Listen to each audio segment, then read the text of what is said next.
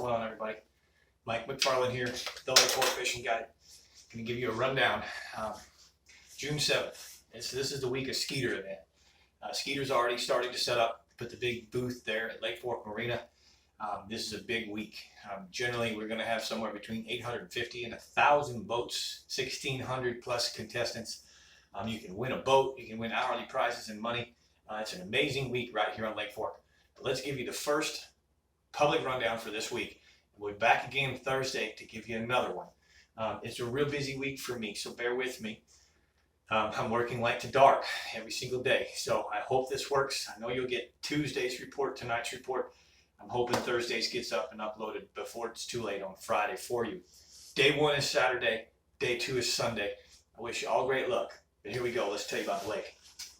All right, our lake level, 397.30 as of yesterday, 397.29 as of today. Basically, that is about 5 foot below full pool, 5 2/3 of a foot below full pool. Okay, clarity still about the same, 0 to 1. Water temperature is just not heating back up. Believe it or not, we were warmer 3 weeks ago before the elites came. Winds and that cold front and everything knocked the 10 degrees, as we've discussed in the past. We're sitting right around hovering around the 80-degree mark in the main lake. And I really like to see that main body be above 84 for the ideal optimum offshore fishing. However, we're catching killer fish. The numbers aren't there, and the graph work, like a lot of times I like to use my sonar and go out there until I find them. I'm not finding the massive schools of fish yet, but I'm finding fish, and we're catching them very well. In fact, I think we may have already told you, but last Wednesday, Bass Lady Brooke had 35 pounds for her best 5. Thursday, I went back out with her in the afternoon after my guide trip, and together we had 32 pounds. And then we did it again on Friday. On Friday, we got to go back out, and in just less than 4 hours, we both had 33 pounds together for our best 5. So the lake's fishing really well. The jig bite seems to be the best, and the big worm bite seems to be the best for the big fish. I'm not going to tell you where those big fish are, but I'm going to tell the members only that. However, I am going to give you guys some really good information about unders. There's a slot limit on Lake Fork. 16 to 24 inches is a slot fish, may not be possessed. Anything under 16 is what we call a money fish. And I'm going to tell you some cool baits and some cool ways to catch those fish this week. The weather should be really good. Real highs, 95s throughout the week, 70s in the lows. Lots of wind, 10, 15 mile an hour south winds with even some little higher gusts and whatnot. So it's going to be windy, but not as bad as it's been. Okay. So let's go right to it. And I can tell you several things. Number one, as I said, the lake is fishing great. Some of the bigger fish are offshore, and you're not going to see them with a sonar. They're pancaking to the bottom. They're there, but you're just not seeing them. So some of those places that you know, those summer holes that you're used to fishing, those big fish on Lake Fork, that's where you should be, even though you're not seeing some of the fish there. Give it a try. You'd be surprised what may happen. As we heat up, it should even get more of those fish. But here's the deal. The brush piles in about 10 to 12 feet of water throughout the lake. Doesn't matter where they are, whether they're on a pond dam, whether they're on a point, whether they're just on a do-nothing bank. Find the brush piles, and let's call it 8 to 12 feet of water. And I want you to do basically 2 baits on a drop shot rig and or a small shaky head rig. And those baits are just a normal Zoom trick worm. Green pumpkin, or watermelon candy red. Do the chartreuse on the tail just a little bit. So the Zoom standard trick worm on a little shaky head and or on a drop shot rig with about 18 inches a leader around the brush piles is catching the unders really, really, really well. Again, you may need to side scan, so if you have a chance to do some homework this week, side scan every main lake point on this lake and waypoint every brush pile you can find, and go hit that with this type of bait. Secondary bait, same colors, watermelon candy red. Brooke loves to drop shot this bait. This is a little dead ringer, a Zoom dead ringer. It looks kind of like a ring fry, but it's not. It's just a little dead ringer. I want you to drop shot that as well. Here's the thing about this one. Do just a little bit of chartreuse on the tail there. Not only will it catch the unders, for whatever reason, you're going to catch a lot of slot fish on this. It's going to be frustrating, but you can very well catch a big over that happens to be in some of those brush piles from time to time as well. Okay. When I'm drop shotting on fork, I don't like to drop shot on lake fork. It makes me feel like I'm going BB gun hunting for bear. My clients generally, unless it's an event like this, don't book to go fishing for the unders. They book for the overs. So I usually use 20-pound test only. I recommend on your drop shot that you use 15-pound fluorocarbon red label, or at least a fluorocarbon of some sort. You can go like a 20-pound braid or a 30-pound braid with a 15-pound leader, but I just run it straight. I run the red label 15 pounds straight. I use a 1 odd offset hook. It works just fine with that. And then keep yourself some KVD line conditioner.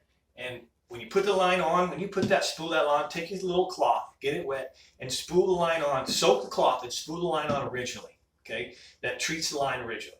Then at the end of the day, do it again in the boat when you put it away, and it'll be ready for tomorrow. It'll savor that expensive line. With times right now, things are getting tough. Some of this line is really expensive. Our dollars are starting to crunch with gas and everything else. And this line's even getting hard to get. So start trying to savor your line. Don't just abuse this fluorocarbon line. KVD line conditioner is the very best I've ever used, and it'll make a big difference. Now, I'm going to move on. Remind you of a few things. This is a very, very busy lake right now. It's crazy, and it's low. There's going to be a lot of traffic. So Lake Fork Super Trails, make sure that you get that. Lake Fork Marina, Axton's, and or Fisherman's One Stop. Upload that right to your deal.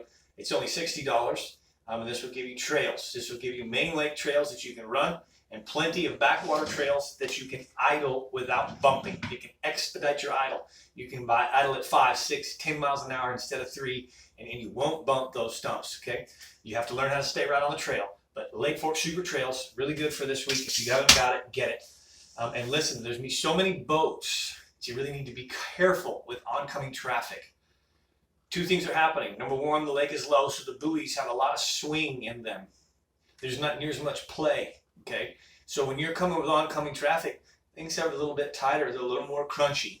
And what I would recommend you do is just give way a little more often.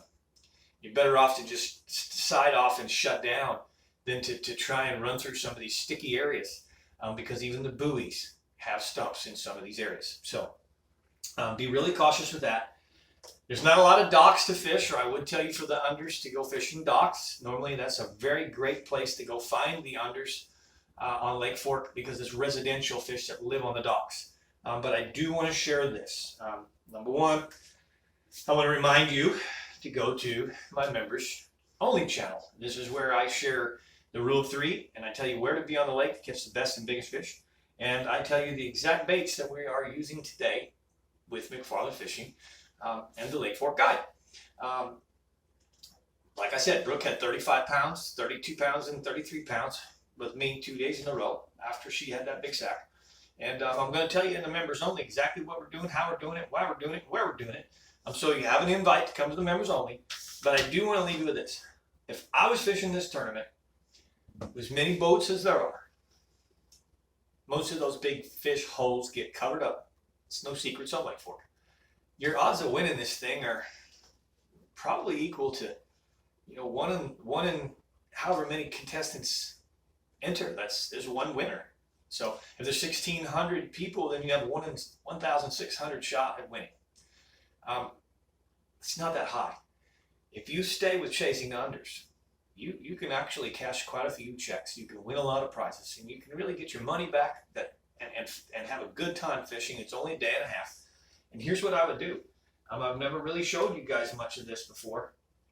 But one of my most favorite, truly baits to catch the unders would be a Santone finesse jig. This is a little tiny finesse jig. And I'm going to throw it in the same brush piles that I told you. The fish are where they are. Okay. Generally, I'm going to use a little Rage Craw chunk, and or I prefer the Rage Craw baby craw. Okay, black and blue is one of my favorite colors. Natural shad is one of my favorite colors. And I thought I had some up here, but I don't. Spicy crawl, bass candy, and peanut butter and jelly. The PB&J color right now in a finesse jig, a light 7/16 ounce finesse jig in those brush piles with the baby craw trailer, green pumpkin baby craw trailer, can really catch a money under. Drop shotting is going to catch the fish. For some reason, this finesse jig right here tends to catch that 15 3/4 inch money fish more often than not. All right, hang on, because again, you're also going to catch a lot of slot fish with that, a lot of fish that aren't any good for you. But that's one of my favorite tips, and that's all I would do.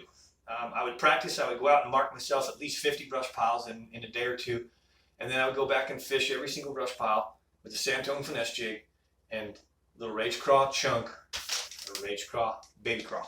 All right. So, man, I thank you guys so much. I thank you for all the following. The subscribing keeps blowing up. I thank you guys for the comments, the thumbs up, the interaction. I really appreciate the basic public subscription and the loyalty you have to me. I hope that this helps you guys catch some good unders, and hopefully somebody out there maybe catches a good check. I don't remember if the Skeeter gives away a big prize or a boat for the smallest or the biggest under. I know, like in the Sealy event, they've got a boat for the biggest over, and they have a boat for the biggest under. But there's great prizes in it. Hope that all helps you right there, and I appreciate you. So please go check out my members only channel. Really easy. Just hit the join button. If you're on your desktop or laptop, it works real well. It's very difficult from a phone. But thank you. Be safe this weekend. If you see me, say hi. I'll be working in the booth. I'll be around all the weekend. You never bothered me.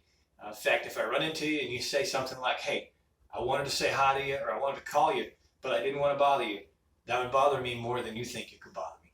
So thanks again. I'm Mike McFarland, the Lake Fork Fishing Guide.